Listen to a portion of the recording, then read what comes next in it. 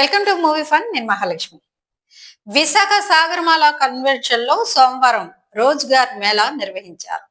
ఈ కార్యక్రమంలో కేంద్ర మంత్రి రామ్మోహన్ నాయుడు రోజ్గార్ మేళా పథకం కింద ఉద్యోగాలు పొందిన 667 మంది నిరుద్యోగులకు నియామక పత్రాలను అందజేశారు. అనంతరం కేంద్ర మంత్రి రామ్మోహన్ నాయుడు మీడియాతో మాట్లాడారు. ప్రతిష్టాత్మకంగా దేశ యువత కోసం నిర్వహిస్తున్నటువంటి రోజ్గార్ మేళా కార్యక్రమం ఈరోజు విశాఖపట్నం నగరంలో జరుపుకున్నాం. మరి దానికి స్థానిక పార్లమెంటు సభ్యులు భరత్ గారు, అలాగే స్థానిక శాసనసభ్యులు విష్ణుకుమార్ రాజు గారు, సిఐఎస్ఎఫ్ నుంచి డిఐజీ కమాండెంట్ వాళ్ళందరూ కూడా ఇందులో పార్టిసిపేట్ చేయడం జరిగింది.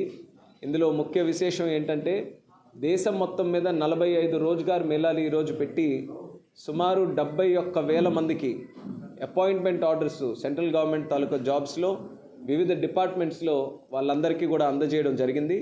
మన విశాఖపట్నం నుంచి సుమారు 667 మందికి ఇక్కడ నుంచి కూడా అపాయింట్మెంట్ ఆర్డర్స్ మేము ఇచ్చాం.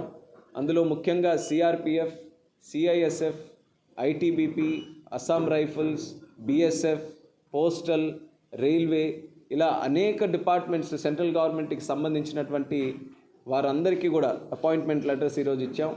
వాళ్ళు కూడా వాళ్ళ తాలూకా అనుభవాలు ఈరోజు ఎవరైతే అపాయింట్మెంట్ ఆర్డర్స్ పొందారో వాళ్ళందరూ కూడా అనుభవాలు పంచుకోవడం జరిగింది. వాళ్ళు కూడా చాలా కృషి చేసి సెంట్రల్ గవర్నమెంట్లో ఉద్యోగం సాధించాలనేది ఎంతోమంది మధ్యతరగతి పేద కుటుంబాల తాలూకా కలగా ఉంటుంది. అటువంటిది వాళ్ళందరూ కూడా వాళ్ళకుండే ఛాలెంజెస్ కానీ ఇంటి దగ్గర ఉన్నటువంటి పరిస్థితులను కానీ వాటన్నిటినీ కూడా ఎదుర్కొని ఒక ఛాలెంజ్గా కమిట్మెంట్తో ఎగ్జామినేషన్స్ అన్నిటికీ కూడా ప్రిపేర్ అయ్యి ఈ స్థాయి వరకు వచ్చేసిన తర్వాత సాధారణంగా వాళ్ళు జాబ్ సంపాదించిన తర్వాత వాళ్ళ ఇంటికి అపాయింట్మెంట్ లెటర్ మనం ఇవ్వచ్చు. కానీ వాళ్ళకి కూడా ఒక గౌరవం ఇచ్చే విధంగా, వాళ్ళకి కూడా మోటివేట్ చేసి ఎంకరేజ్ చేసే విధంగా ప్రధానమంత్రి గారు ఈ రోజ్గార్ మేళా పెట్టి వాళ్ళలో దేశం కోసం సర్వీస్ చేయాలనేటటువంటి ఒక భక్తి భావన క్రియేట్ చేయాలనే ఆలోచనతో ఈ రోజ్గార్ మేళాస్ నిర్వహించాం. చాలా సక్సెస్ఫుల్గా జరిగింది. ఇందులో పార్టిసిపేట్ చేసినందుకు నేను చాలా ఆనందపడ్డాను, వాళ్ళందరితో కూడా ఇంటరాక్ట్ అయినందుకు. అయితే ఇందులో మరొక విశేషం ఏంటంటే అత్యధిక మంది సుమారు 40% మంది ఈరోజు అపాయింట్మెంట్ ఆర్డర్స్ తీసుకున్న వాళ్ళు శ్రీకాకుళం జిల్లా, విజయనగరం జిల్లా నుంచే ఉన్నారు. అంటే వెనుకబడినటువంటి ప్రాంతాలని చెప్తున్నటువంటి ఈ ప్రాంతాల నుంచి ఎంత కష్టపడినటువంటి యువత వస్తున్నారో ఒక్కసారి మనం గుర్తించాలి.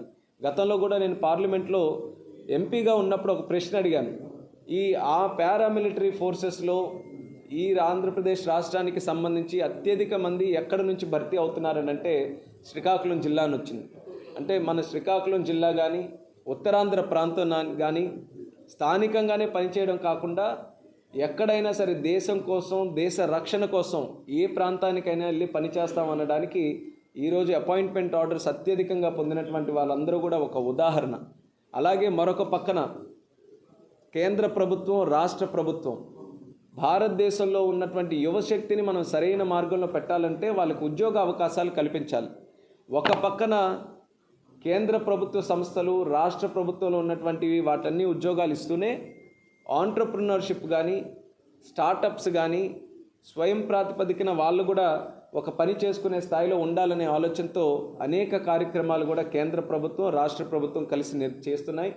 మరి ఎన్డీఏ ప్రభుత్వం తాలూకా ముఖ్య ఆలోచన యువతని ఎంకరేజ్ చేయాలి.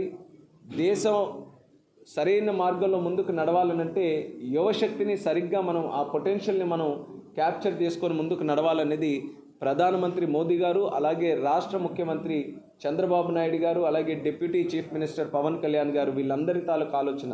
వాళ్ళు ఎక్కడ మాట్లాడినా మనం చూస్తుంటాం, ఖచ్చితంగా యువత గురించి ప్రత్యేకంగా వాళ్ళు ప్రస్తావిస్తూ యువతను ముందుకు తీసుకొని రావాలని వాళ్ళు ఏ ప్రోగ్రామ్స్ చేసినా సరే యూత్ సెంట్రిక్గా అన్ని కార్యక్రమాలు కూడా చేస్తున్నారు.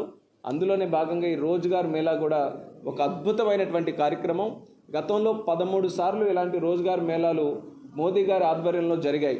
ఈ 13 కార్యక్రమాల్లో సుమారు 7,79,000 మందికి 7,79,000 మందికి అపాయింట్మెంట్ ఆర్డర్స్ ఇవ్వడం జరిగింది. ఏ దేశంలో కూడా ఇంత పెద్ద ఎత్తున ఒక ప్రభుత్వ స్థాయి నుంచి ఉద్యోగాలు ఇవ్వడం అనేది ఎక్కడ కూడా జరగలేదు. కానీ మన భారతదేశంలో ఒక ఇంక్లూజివిటీ తీసుకొని రావాలని, ప్రభుత్వం వేరే కాదు, ప్రజలు వేరే కాదు, యువత వేరే కాదు, అందరూ కూడా పనిచేసేది, అందరూ కూడా కృషి చేసేది దేశ నిర్మాణం కోసమే అనే భావన కల్పించే విధంగా ఈ యొక్క రోజ్గార్ మేళా సక్సెస్ఫుల్గా ఈరోజు మనం నిర్వహించుకున్నాం. చాలా స్ఫూర్తిదాయకమైనటువంటి కార్యక్రమం.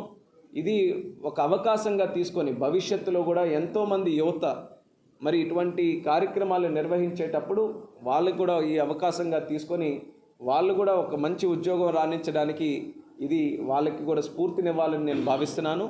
అలాగే మన ఉత్తరాంధ్ర ప్రాంతానికి సంబంధించి ఎన్నో కార్యక్రమాలు మనం చేయడం జరుగుతుంది. మరి ముఖ్యంగా ఎన్డీఏ ప్రభుత్వం వచ్చిన తర్వాత రైల్వే జోన్కి సంబంధించినటువంటిది కూడా చాలా స్పీడప్ చేశాం. గత 5 సంవత్సరాలు ముందున్నటువంటి ప్రభుత్వం రైల్వే జోన్ అనౌన్స్ చేసినప్పటికీ కేంద్ర ప్రభుత్వం స్థానికంగా సుమారు 50 ఎకరాల ల్యాండ్ అది కూడా ఇవ్వలేకపోవడం వల్ల అంతరాయం కలిగింది.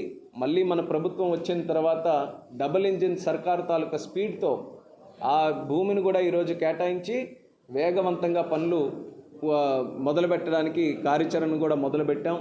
అలాగే మరొక పక్కన భోగాపురం దగ్గర ఎయిర్పోర్ట్ శరవేగంగా ఆ కార్యక్రమాలు కూడా చేస్తున్నాం.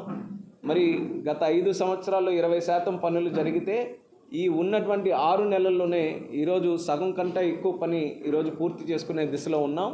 జూన్ 26 కల్లా భోగాపురం ఎయిర్పోర్ట్ని కంప్లీట్ చేయాలని కంకణబద్దులై ఈరోజు కృషి చేయడం కూడా జరుగుతుంది.